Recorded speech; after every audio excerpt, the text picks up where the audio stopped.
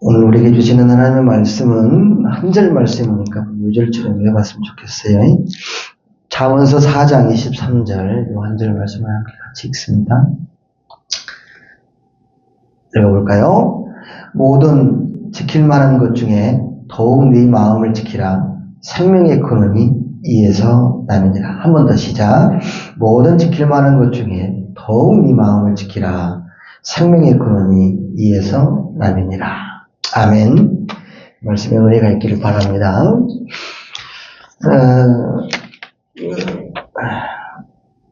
지난주에 선포했듯이 올해 우리 드림교회 제적교회 목표 뜻을 세웠어요. 30이라고 하는 숫자를 세우고 함께 기도하기를 권면해 드렸는데, 왜 30이냐 하면 우리 예수님께서 공생애를 시작하실 나이가, 그 시작점의 나이가 30이란 말이에요. 30. 시작할 때 예수님 시작이 30이라는 나이였어요. 그래서 시작하는 의미에서 우리 30이 좋겠다. 그런데 그런 뜻을 세운 거죠. 지난주에 한 해를 시작하면서 뜻을 세우자. 그리고 그 뜻을 세우기 위해서 먼저 우리 마음채비를 단단히 하고 노력해야 한다. 마음채비를 단단히 하려는 그런 노력을 해야 한다. 그런 노력하는 중에 반드시 주위에 어떤 사람을 통해선, 어떤 사건을 통해선, 또 내지는 어떤 사단마귀의 영적인 방해를 통해선 다양한 방식으로 회방과 방해가 분명히 있을 수 있지만 그 방해나 회방 때문에 내가 세운 뜻을, 하나님이 세우라 하신 그 뜻을 함부로 꺾거나 또 쉽게 포기해서는 안 된다. 그런 말씀을 드렸어요. 왜냐하면 포기하지 않으면, 체념하지 않으면, 단념하지 않으면 하나님께서 그 뜻을 세워지도록, 그 뜻이 세워지도록 반드시 하나님이 그 뜻 가운데 개입하셔서 그 뜻이 이루어지도록 크신 은혜를 그때마다 다양한 방식으로 주셔서 그 뜻이 이루어지게 하시니까. 뜻을 이루게 하시는 분은 하나님이시니까. 그래서 그 뜻을 이룰 수 있도록 돕는 하나님의 도움을 구하기 위해서 먼저 뭘 해야 되냐면 이 마음채비를 잘해야 된다. 마음을 단단히 해야 한다. 단단히. 그리고 포기와 체념, 이 하나님의 뜻을 세우는 데 있어서 안 되겠다. 난 못해. 그만하자. 이런 체념은 사단이 주의 사람들이 만국의 근원 되시는 하나님과 멀어지게 만드는데 아주 교묘하게 사용하는 파괴 전술이기 때문에 그 파괴 전술에 넘어가 버리면 결국은 사단마귀의 지는 자가 되는 것이고, 그래 되면 하나님과 가까워지기보다는 점점 더 멀어질 수밖에 없고, 멀어지면 은혜의 수혜자 되신, 은혜를 주시는 하나님께로부터 내가 은혜 받을 기회는 점점 멀어지게 되는 것이고, 그러다 보면은 그 뜻이 이루어질 수 있는 힘을 받는데, 은혜를 받는데 제한 뿐만 아니라 아예 자체 차단이 되어버려서 결국은 그 뜻을 아예 이룰 수 없다. 그래서 그 뜻을 세우고 그 뜻을 이루고 나가는데 수많은 방해가 있을지라도, 회방이 있을지라도 하나님이 세우시라는 그 뜻은 결코 단념하거나 체념하거나 포기하지 말아라. 포기해서는 안 된다. 자, 그래서 이를 위해서 오늘 지혜자를 통해서 귀담아 듣고 말씀판에 새겨야 할 귀한 말씀을 주시는데, 오늘 말씀을 보시면 한 절 말씀이니까 우리 요절처럼 이 한 주간 동안 외워봤으면 좋겠어요. 이번 주간에 한 주간 말씀 하카다처럼 자꾸 반복해서 읽어봤으면 좋겠고, 되뇌어봤으면 좋겠고, 그리고 나서 묵상해봤으면 좋겠어요. 모든 지킬 만한 것 중에 뭘 지켜야 되냐면 더욱 네 마음을 지켜라. 네 마음을 지켜라 라고 그래요. 마음을 지켜라. 우리가 세운 뜻을 이루기 위해서, 그 뜻을 성취하기 위해서, 그래서 성취함을 통해서 아름다운 열매를 맺기 위해서 가장 먼저 해야 할 것이 있는데, 우선된 일은 바로 마음 채비를 해야 된다고 하는 거예요. 마음을 채비하라. 마음을 단단히 하는 것. 이걸 지킨다라고 표현을 합니다. 마음을 단단히 조이는 것, 이걸 지킨다라고 표현을 해요. 지킨다. 왜 지켜야 되냐? 마음을 왜 지켜야 되냐? 라고 할 것 같으면 그 답이 바로 그 다음 구절에 있어요. 생명의 근원이 이 마음을 지키는 것에서부터 나기 때문에. 이유는 바로 그거예요. 생명의 근원이 이 마음을 지키는 것에서부터 나온다. 이 생명의 근원이라는 게 뭐냐 하면, 좀 어려운 용어인 것 같은데, 왜 이 번역을 이렇게 했는지를 모르겠어요. 근데 원문에 보면은 이게 아니에요. issue of life라고 그래가지고 삶의 주제라고 하는 거예요. 삶의 주제가 바로 마음 지키는 것에서부터 나온다. 삶의 주제가 뭐냐 하면 행복, 불행 이런 것들이 삶의 주제이기도 하고, 성공, 실패 이런 것이 삶의 주제이기도 하고, 건강 이것도 삶의 주제이기도 하고, 또 뭐 승리 이런 것도 삶의 주제이기도 하고, 주제가 많아요. 그런 모든 주제들이 어디서부터 시작이 되냐면 바로 마음에서 마음을 지키는 것에부터 출발하기 때문에 오늘 지혜자는 마음채비라는 데서 가장 우선한 게 뭐냐면 지키는 거다. 돌려 말하면 지금 내 마음이 부자고 내 마음이 평안하고 내 마음이 기쁘면 제 아무리 초급 모피로 연명하고 초가상관을 이루어지고 살아도 별로 그것이 불편할 것이 없어요.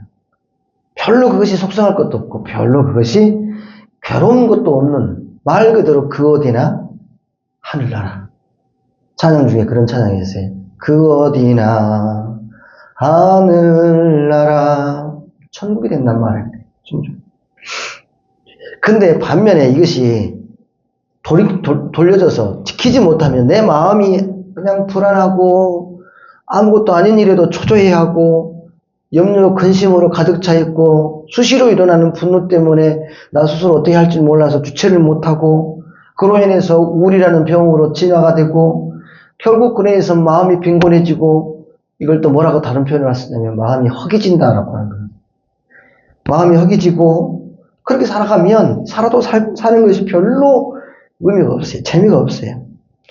아무리 좋은 반찬들이 막 질비하게 늘어져 있고 뭐 100평짜리 초호화 펜트하우스에 살아서 그런 대저택에 살아도 사는 게 아니고 먹어도 먹는 게 아닌 말 그대로 지옥이 돼버리기 때문에 살고 죽음, 되고 안 되고 행복과 불행, 성공과 실패 같은 그런 인생의 주제, 생명의 근원이 다 이 마음에서 비롯되고 그 마음가짐에 따라서 삶의 질과 모양이 다 달라지기 때문에 그리고 결과적으로 우리가 세운 뜻을 이루기 위해서는 반드시 아주 중요한 과제로서 우리가 해결해야 될 문제, 숙제이긴 하나 반드시 이것은 해결해야 된다. 그건 뭐냐면 마음을 잘 지켜야 한다. 마음을 잘 지켜야 한다. 마음을 잘 지키지 못하면 세운 뜻은 절대로 이룰 수 없다고 하는 게 성경이 그렇게 바로 증언하는 거예요. 그리고 왜 마음을 잘 지켜야 하냐면 그 뜻을 이룰 수 있도록 성령님께서 도우시거든요. 성령님은 도우시는 자예요. 도우시는 분. 파라클레이토스라 그래가지고 파라라고 하는 먼 데서부터 클레이토스는 영혼이 먼 데서부터 가까운 데로 돕는 분, 보혜사라는 뜻이거든요. 그 보혜사 성령님께서 임재하지 함께하지 않기 때문에 그래요. 마음이 청결하지 않아요. 마음을 지키지 못해. 오늘 넘겨볼까요? 고린도전서 3장 16절 말씀 한번 읽어볼게요. 같이요, 시작.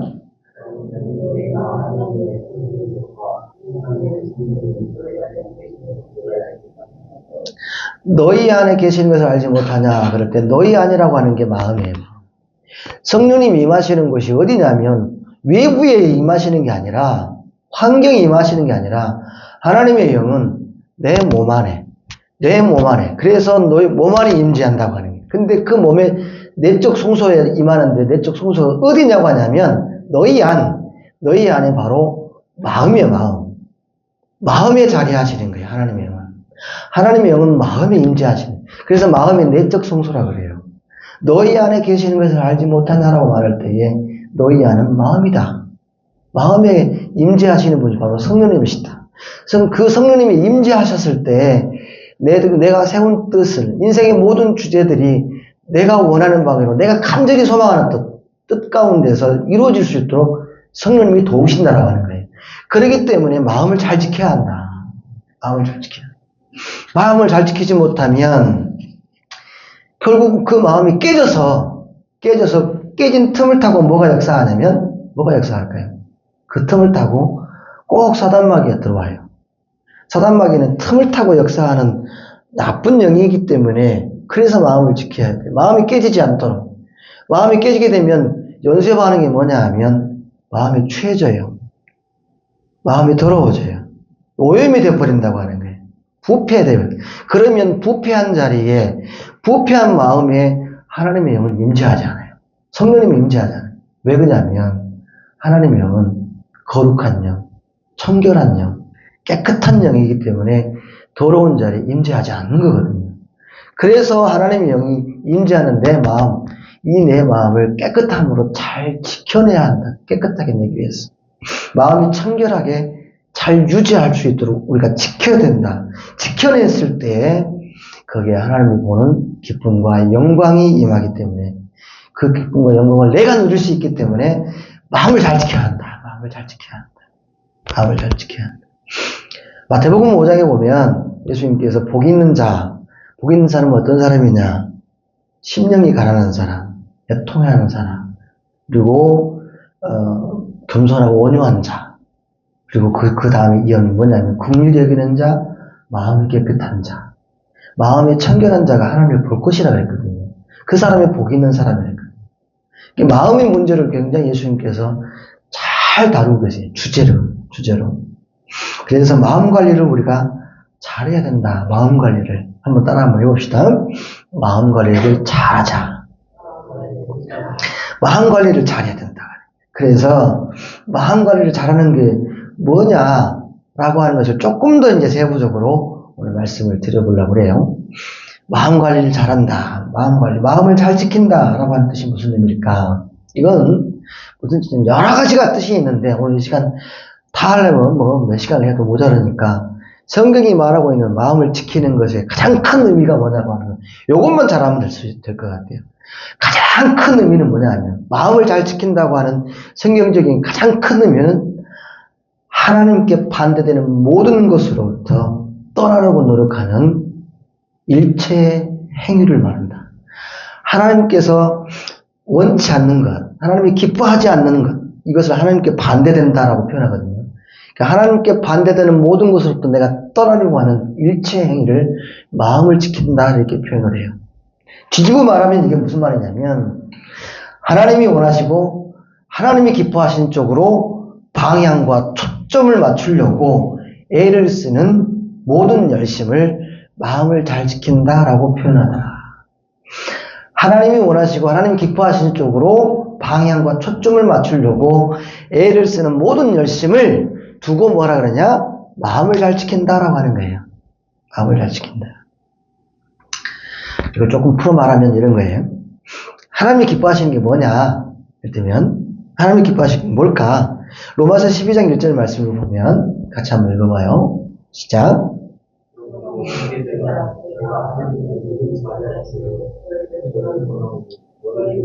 하나님이 기뻐하시는 거룩한 산제물로 드리라. 이는 너희가 드릴 영적 예배이라. 아멘. 하나님이 기뻐하시는 게 뭐냐 하면 영적 예배예요. 영적 예배. 정적 예배. 그 영적 예배는 뭐냐 하면 거룩한 산제물로 드리는 것을 영적 예배라고 해요. 하나님이 기뻐하시는 거룩한 산제물로 드리는 게 바로 영적 예배다. 좀 어렵죠? 근데 가장 중요한 포인트는 뭐냐면 너희 몸물이에요. 너희 몸을 갖다가 하나님이 기뻐하시는 곳, 교회, 하나님이 임재하실 만한 거룩한 성소에다가 갖다 놓아서 몸을 다하고 마음을 다하고 뜻을 다하고 힘을 다해서 정성을 다해서 최선을 다해서 드리는 그 일체 행위, 그 열심이 바로 영적 예배라고 하는 거예요. 이해됐습니까? 이걸 기뻐하신다고 하는 거예요. 이걸 기뻐하셔. 이제 알게 됐죠? 하나님이 기뻐하시는 게 바로 영적 예배예요. 그래서 내가 하나님을 기뻐하시는 게 뭔지를 알았어. 그렇기 때문에 내가 하나님을 기뻐하시는 쪽으로 방향을 맞췄단 말이에요. 그런데 방향을 맞췄는데 어느 누군가가 어떤 일이 이렇게 하나님이 기뻐하시는 이 영적 예배를 드리지 못하게 계속 방해를 해. 회방하는 거예요. 회방해요. 항상 그런 일이 있어요. 이것을 뜻을 세우는 것이니까. 그래서 예배 자리로 내가 갈등이 돼. 가야 되나 말아야 되나. 헷갈리는 거예요. 갈등이 되니까 마음이 막 쪼개지는 거예요. 분열이 돼요. 그때, 그 순간, 그때 하나님이 원하시고 기뻐하시는 것을 예배 드리는 쪽으로 마음을 돌리는 것. 이 마음을 돌리는 게 바로 일체의 행위라고 하는 거예요. 그게 바로 마음을 지킨다라고 하는 겁니다. 그래서 어떡하지? 예배를 드리는 것이 내 몸을 하나님이 임재하시는 초소에 갖다 놓아서 마음을 다하고 뜻을 다해서 최선을 다해서 신실하게 예배를 드리는 게 하나님 기뻐하시는 건데, 근데 이런 방해가 너무 심하네. 어떡하지? 갈등이 될 때, 그때 방향을 틀어버리는 거예요. 하나님 기뻐하시는 건 바로 이것이니까 예배를 드리러 가자라고 몸을 옮겨버리는 거. 이게 바로 마음을 지킨다라고 하는 거예요. 마음을 지킨다. 그렇게 하나님이 기뻐하시는 쪽으로 방향을 맞추고 예배 드림을 선택하고 예배에 집중하는 것이 마음을 지키는 것이다. 마음을 지키는 것이다. 마음을 지키는 것이다. 이해되시면 하면 좋아요. 그래요. 마음을 지킨다는 것은 우리 하나님이 원하시고 기뻐하시는 쪽으로 초점을 맞추고 선택하고 집중하는 것이 바로 마음을 지키는 것이다. 성경을 보면 마음을 잘 지켰던 분들이 얼마나 많은지 몰라요. 마음을 지키는 게 굉장히 어려운 일인데 또 못할 일도 아니거든요. 우리 하나님께서 하라고 명하시는 것들을 보면은 할 수 없는 일들은 안 시켜요. 할 수 있는 것, 어렵지만 해낼 수 있는 것들을 하나님께서 하라고 명하시는 게 하나님이시거든요. 아예 못할 일을 시키는 분은 아니에요. 그래서 마음을 지키는 게 쉽지는 않지만 그 쉽지 않은 일을 해낸 분들이 참 많아요. 얼마나 많은지 몰라요. 이를테면 계속 여러분들이 말씀을 들었습니까? 노아 같은 사람, 물의 심판을 피하고 제2의 인류의 조상이 되었던 이 노아가 참 마음을 잘 지킨 사람이거든요. 하나님께서 원하시는 방향은 뭐냐면, 여러분 알다시피 하나님께서 물의 심판을 작정을 하셨어요. 그래서 하나님께서 노아에게 뭘 원하셨냐면 방주를 준비할 것을. 이게 뜻이에요. 하나님의 뜻. 그래서 뜻을 세웠어요. 뜻을 세웠단 말이에요. 그 뜻을 세워서 이 노아는 알고 있었기 때문에 그 뜻을 쫓아가기를 원해요. 그 뜻대로 이제 방주를 지어가기를 원하는 거예요. 원하는 중에 수많은 사람들이 방해가 있었어요. 아니 이 멀쩡한 하늘에 무슨 물의 심판은 심판이냐. 조롱하고 무시하고 미쳤네 소리도 하기도 하고 계속 그런 방해와 해방을 꾸준히 받아요. 그러나 노아는 선택을 하죠. 하나님 쪽으로 방향을 맞추고 노아의 방주를 짓는 쪽으로 선택을 해요. 그러고 나서 1, 2년이 아니라 아주 오랜 시간 동안 수많은 방해가 있었지만 마음을 지켰어요. 120년간이라고 하는 방주 제작에 집중을 한 거예요. 방향을 초점을 달리 하나님께, 그리고 선택을 했어요. 방주를 짓는 것으로. 그리고 나서 방주를 지어내는 그 집중의 모습을 계속 보는 거죠. 그래서 그렇게 해서 잘 지켜냈단 말이에요. 잘 지켜냈을 때에 하나님께서 물의 심판을 작정하시고 실행하셨을 때 모두 다 구원함을 받는 하나님의 백성들이 되는 놀라운 신령한 기쁨, 제2의 인류의 조상이 되는 시초가 되는 기가 막힌 역사를 창조했는데 쓰임 받았단 말이에요. 이렇게 해서 마음을 지키는 사람들이 있었단 말이에요. 마음을 잘 지켰어요. 아브람도 마찬가지예요. 아브람도 하나님이 원하시고 기뻐하시는 쪽으로 초점을 맞추고 선택을 하고 집중을 했기 때문에, 마음을 잘 지켰기 때문에 하란 땅에서 가나안 땅으로 이주할 수 있었고, 비록 기근이라고 하는 위기도 만나고 아내 사라를 뺏길 뻔한 위험천만한 상황도 만나고, 조카도 잃어버릴 뻔한 큰 급박한 상황도 만났고, 아들 이삭까지 재물 삼을 뻔한 일촉즉발의 긴급한 상황까지를 만났음에도 불구하고, 다 방해죠. 그럼에도 불구하고 이 아브라함은 하나님의 약속을 신실하게 믿었고 거기에 초점과 방향이 정확했기 때문에, 그것도 선택을 했기 때문에 거기에 집중을 할 수 있었다고 하는 거예요. 하나님께서는 나에게 말씀하셨다. 그 말씀에 대한 집중이 있었어요. 집중. 하나님께 방향을 맞추고 초점을 맞추고 거기에 선택이 되어지고 집중을 한다고 하는 거예요. 집중. 그 집중이 바로 하루 이틀의 집중이 아니라 끊임없는 방해 속에서 계속해서 거기에 집중을 하는 거예요. 나는 네가 원하는 쪽으로 어디를 가든지 내가 너를 지킬 것이고, 내가 너에게 말한 모든 것은 다 그대로 행할 것이다. 그 말씀에 대한 집중. 그렇게 마음을 잘 지켰기 때문에 결국 이 아브라함이 열국의 아비가 되는 놀라운 하나님의 뜻이 성취되는 역사가 일어난 거죠. 좋은 일이 일어났다고 하는 거예요. 좋은 일. 이렇듯 마음을 지키는 것이 내게 얼마나 큰 유익이 되는지 모릅니다. 마음을 지키는 것이 중요하다. 마음을 잘 지켜내서 손해나는 법이 하나도 없다. 마음을 잘 지켜야 한다. 마음을 잘 지키지 못하면 손해나는 게 얼마나 큰 소리가 나는지 몰라요. 아담과 하와, 이 사람 둘이 마음을 못 지켰어요. 하나님이 원하시는 방향이 뭔지도 몰랐던 것 아니에요. 알았는데 그걸 선택하지 않았어요. 하나님이 원하시는 방향은 뭐냐면 에덴 동산 안에 있는 선악과를 손대지 않는 게 하나님이 원하시는 거예요. 그걸 선택을 해야 돼. 손대지 않는 쪽에 선택을 해야 돼. 그런데 이 사람들이 결국은 손을 대고 말았어요. 선택을 하지 않았어요. 중간에서 방해가 있었단 말이에요. 방해가 뭐예요? 사단, 뱀이 미혹을 하잖아요. 너 이거 선악과 따서 먹으면 너도 하나님처럼 될 수가 있어. 하나님이 가진 모든 능력을 네가 다 가질 수가 있어. 방해를 하는 거예요. 방해를. 하나님의 뜻이 뭔지는 알고 있었는데 하나님께 초점을 잃어버리고 거기에 선택을 하지 못하니까 결국은 집중도 못하잖아. 그래가지고 결국은 뭐예요? 손대지 말아요. 그래서 손대고 말았잖아요. 결국 그래서 마음을 못 지켜서 결과가 뭐예요? 에덴 동산에서 쫓겨나는 추방의 신세가 저거 말았죠. 가인도 마찬가지고 가인도 그랬어요. 마음을 지키지 못해서 끊임없이 거기서 일어나는 그 분노의 감정, 역한 감정, 받고 안 입으시고 예배를 받고 흠양하시고 아니하시고는 하나님 뜻에 달린 거예요. 하나님이에요. 하나님이 받고 안 입고 결정하시는 것이지 내가 결정하는 문제는 아니거든. 내가 할 수 있는 것은 뭐냐면 신실하게 예배를 드리는 거예요. 그것만 하면 되는 거거든. 대신 하나님이 기뻐 받으시는 그 흠양하는 제사를 드리는 쪽으로 우리가 선택을 해야 한단 말이에요. 근데 가인은 그렇지 않았어요. 아벨은 그렇게 했어. 동생은. 그거에 대한 분노와 시기가 나서 역한 감정, 부정적 감정에 휩쓸려서 결국은 어떻게 해요? 마음을 못 지킨 거지. 마음을 못 지켜서 어떻게 해요? 잘못된 선택을 했고 나쁜 선택을 해서 결과적으로 뭐예요?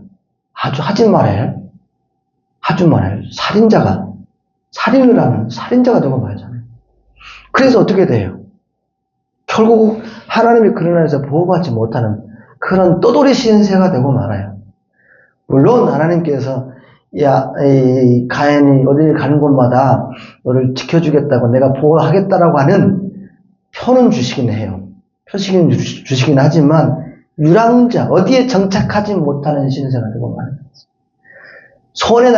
손해나는 삶을 살 수밖에 없다. 마음을 지키지 못했을 때 나타나는 결과는 뭐냐면 100% 내 손해다. 누구 손해? 내 손해다. 네 손해가 아니고 내 손해다라고 하는 게 마음을 못 지키면 그런다고 하는 게. 마음을 지키지 못해서 인생이 망가지는 그런 비참함, 비루함 또 내지는 어떤 고통을 겪는 사람들이 성경을 보면 얼마나 많은지 몰라요. 성경은 마음을 잘 지켜서 승리한 사람이 있는가 하면 마음을 지키지 못해서 패배한 인생 그런 사람들을 둘을 대비를 시켜놓는단 말이에요. 그 중에서 가장 나쁜 전형이 한 사람이 있는데 그 사람이 바로 가룟 유다예요. 가룟 유다. 마음을 못 지킨 사람. 결과는 뭐냐?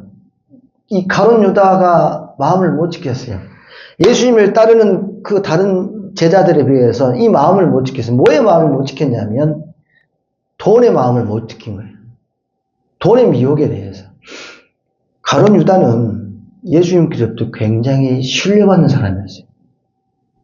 지지받는 사람이었고 그래서 예수님 제자 공동체에서 꼭 필요한 총무 역할을 했어요. 회계 담당 역할을 한 거예요. 회계 담당을 했다고 하는 건 뭐냐면 가장 믿을 만한 사람이었다고 하는 거예요. 그런 믿음을 예수님께서 보여주신 거예요. 얼마나 감사한 일이에요. 가룟 유다 입장에 봐서는 납작 엎드려 절해도 부족하게 짝이 없는 사람. 그런 사람이에요. 큰 은혜를 입은 사람이에요. 신뢰를 그만큼 해줬어요. 그런데 이 가룟 유다가 마음이 쪼개지기 시작을 해요. 깨지기 시작을 해요. 왜요? 예수님께서 번번이 그런 이야기를 하시거든요. 예수님의 죽음에 관해서 이야기를 하세요. 예수님의 죽음에 관해서. 내가 대적자들의 손에 붙잡혀서 죽고 십자가에서 죽을 것이고 그리고 나서 3일 만에 부활할 것이다. 이 이야기를 3번 계속 반복을 하시거든요. 여러 번 이야기를 해주시죠. 그럴 때마다 이거 뭐야, 나 예수 믿고 따라가다가 보면 나는 아무것도 가진 것이 없는 빈털터리가 되겠네. 죽기 살기로 고생만 하다가 빈손 되고 나면 뭐가 남는 거 있지? 이석 계산. 나름대로 그런 계산이 서기 시작을 했어요. 그 계산이 서기 시작하자 그 틈을 타고 뭐가 역사하냐면 마귀가 역사해요. 마귀가 역사해서 뭘 생각을 집어넣어 주었어요? 무슨 생각을? 예수님을 팔 생각을 넣어준 거예요.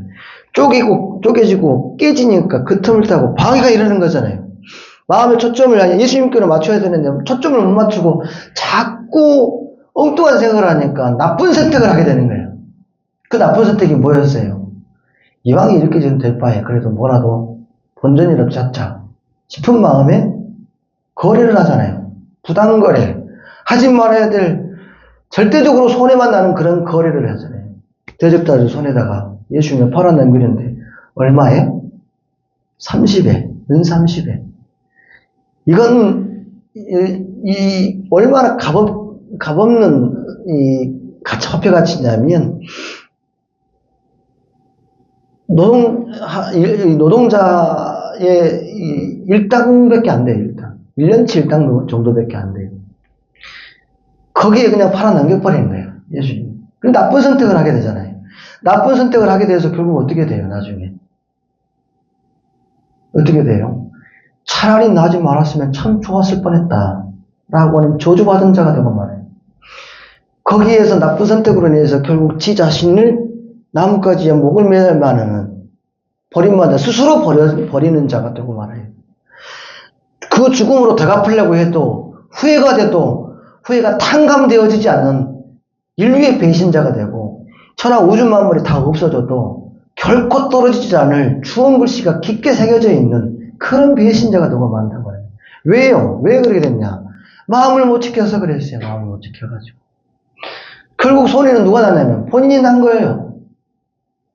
마음을 잘 지키는 자들은 본인이 이득이 있고 마음을 지키지 못해서 결국 자신이 손해가 나는 그런 결과가 있더라고 하는 거지. 이렇듯 마음을 지키는 것이 인생의 희비를 가를 뿐만 아니라 천국과 지옥을 가르는 아주 주요한 동인이 되고 바로미터가 된다고 하는 거야. 바로미터. 기준점이 되는 거예요. 기준점. 그래서 마음을 잘 지켜야 한다. 마음을 잘 지켜야 한다. 이것도 잘 들어야 돼, 이제, 지금부터. 여태까지 우리가 마음을 잘 지켜야 된다. 마음을 잘 지킨 자가 결국 나한테 큰 유익이 있다, 이득이 있다. 그런 이야기를 주안점 두었다면, 이 마음을 어떻게 지켜야 되냐? 이 중요한 마음을 지키는 것을 하기 위해서는 무엇을 해야 하냐고 하는 거. 아주 중요한 거예요. 아주 중요해요. 마음을 잘 지키기 위해서는 뭘 해야 되냐면, 죄에 대해서 민감한 상태를 유지해야 돼요. 죄에 대해서 민감한 상태를 항상 유지하려고 노력해야 돼요. 무슨 말이냐?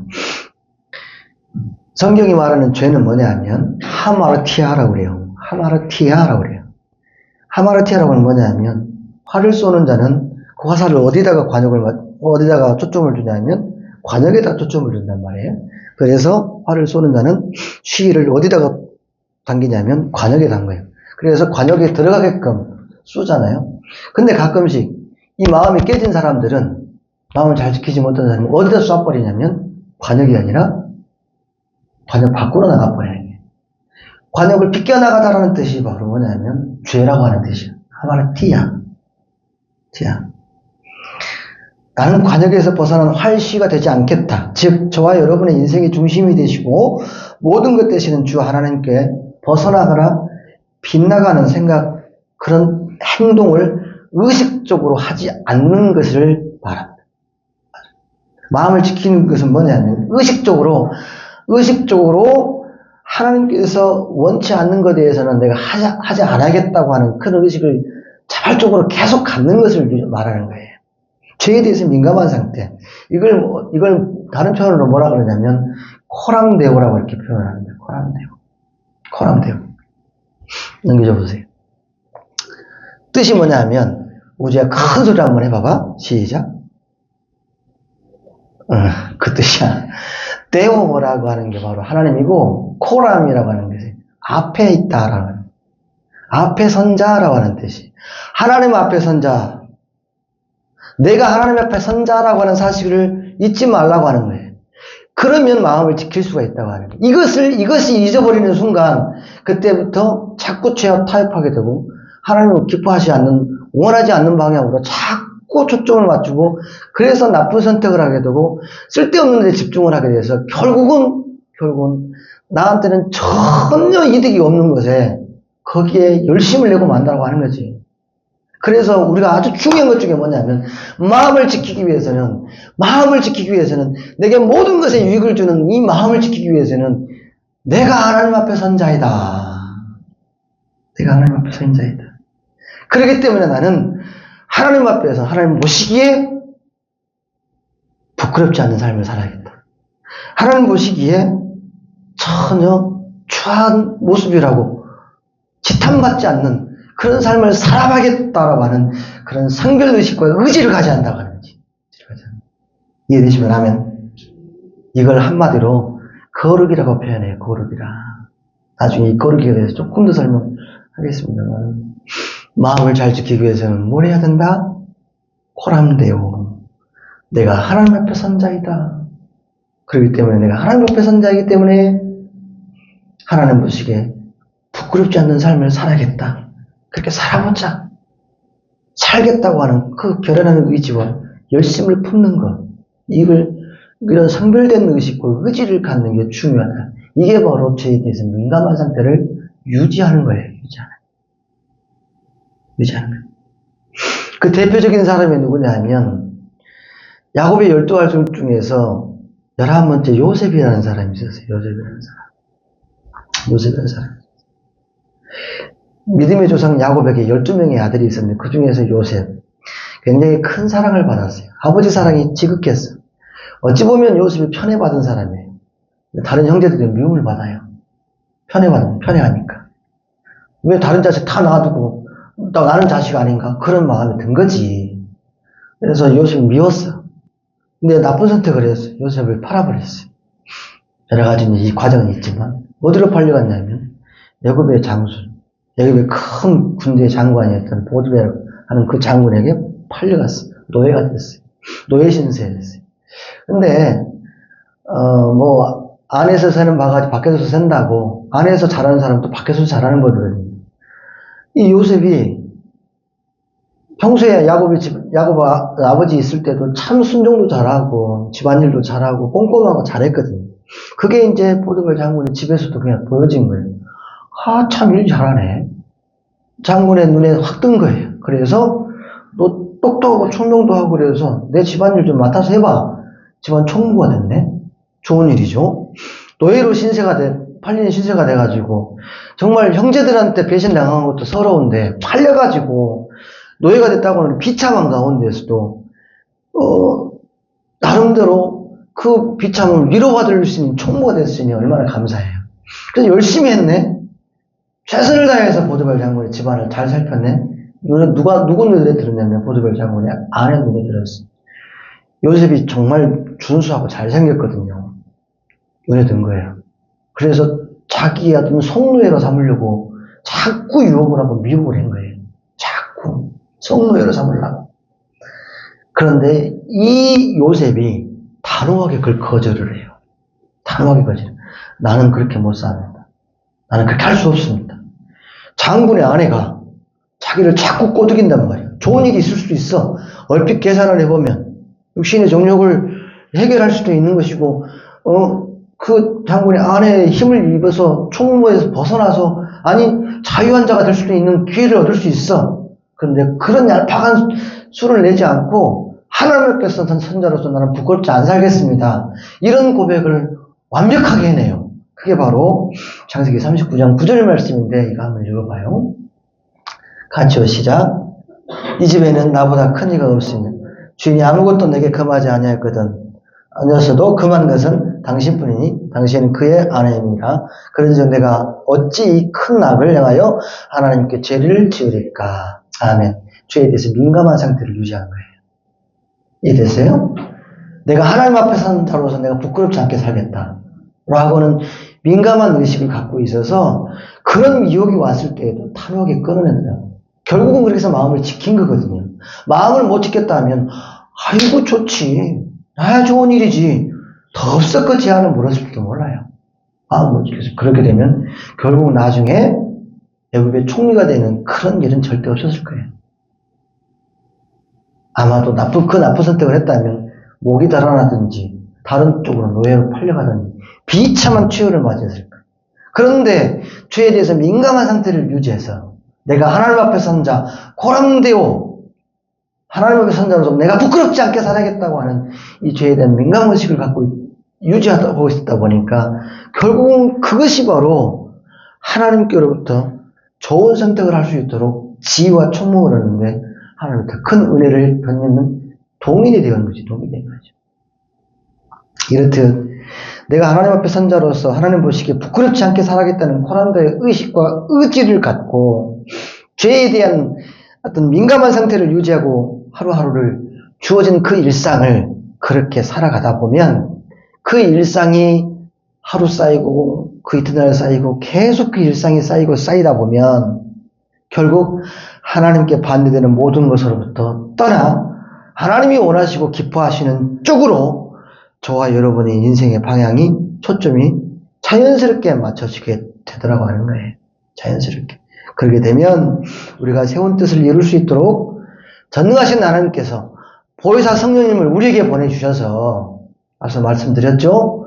보혜사 성령님은 내 안에 내 마음속에서 자리하시며 우리의 뜻을 세울 수 있도록 돕는 하나님의 영이시다. 그 하나님께서 하나님의 영을 보내주셔서 이룰 수 있도록 그 뜻을 이룰 수 있도록 하나님께서 그렇게 창조의 역사를 만들어 가신다. 그런 창조의 역사가 바로 저와 여러분에게 있기를 바랍니다. 그런 창조의 역사가 바로 지지난 시간에 에덴 동산을 건넜던 아니 요단강을 건넜던 이스라엘 백성들, 요단강을 건넜던 이스라엘 백성들이잖아요. 절대로 건널 수 없는 뜻을 이룰 수 없으나 이룰 수 있도록 보혜사 성령님의 도우심을 통해서 건너게 하시는 도움의 역사가 분명히 일어나는 그건 창조의 역사예요. 그런 역사가 분명히 일어날 것이고 또 잘 지나갈 수 있도록 회방을 놓는 자들이 놓는 자들을 잘 피해가거나 잘 이길 수 있도록 지난주에 말씀을 보았던 것처럼 다니엘에게 이 바빌론 저기에서 지혜와 총명으로 따라갈 자 아무도 없을 만큼 10배의 복을 주시는 그 귀한 복을 얻는 신령한 축복이 우리에게 주어지기 때문에 우리에게 주어지기 때문에 마음을 잘 지켜야 한다. 아멘. 이 한 주간 우리 마음을 잘 지키십시다. 잘 지키십시다. 내가 하나님 앞에 선 자로서 내가 부끄럼 없이 살겠다. 내가 고람되오. 하나님 앞에 선 자로서 내가 그렇게 살아보겠다고 결연하게 의지를 갖고 그리고 계속 하나하나 그렇게 해 나가다 보면 반드시 도우시는 하나님의 영의 도우심으로 우리가 세운 뜻을 이룰 수 있도록 하나님께서 우리의 삶을 끌고 가신다. 그러면 결국 우리가 손해가 나는 인생이 아니라 결국 이득이 나는 것이고 하나님 보시기에 참 좋아 보이는 아름다운 열매를 많이 맺는 그런 인생의 삶을 우리가 살아갈 수 있도록 하나님께서 우리의 삶을 이렇게 빚어가실 것이다. 그런 역사가 우리에게 있기를 주의 이름으로 축복합니다. 그래 살아갈 수 있도록 우리 찬양하는 것입니다. 나 주님의 기쁨 되기 원하네요. 이 찬양 부르시는 우리 함께 같이 기도할게요. 주님, 내가 주님의 기쁨이 되기를 원합니다. 내가 하나님 앞에 선 자로서 하나님의 부끄럽지 않는 자가 되기를 원합니다. 되려 주님의 기쁨이 되기를 원합니다. 그리 살아갈 수 있도록 주님 나를 주야로 지켜주시고 마음관리 잘할 수 있도록 성령님 내 안에 임재해 주시라고 내 안에 더러운 것들이 있으면 싹 그리스도의 보혈로 맑게 치유해주시라고 그래서 정결한 마음을 가져서 그 마음에 임재하시는 하나님의 성령의 도우심을 받아서 죄와 짝하는 자 되지 않게 하시고 사단에 넘어진 자 되지 않도록 승리하는 믿음의 사람 한 주간 보낼 수 있도록 하나님 축복해 주시라고 함께 같이 기도할 수 있기를 바랍니다.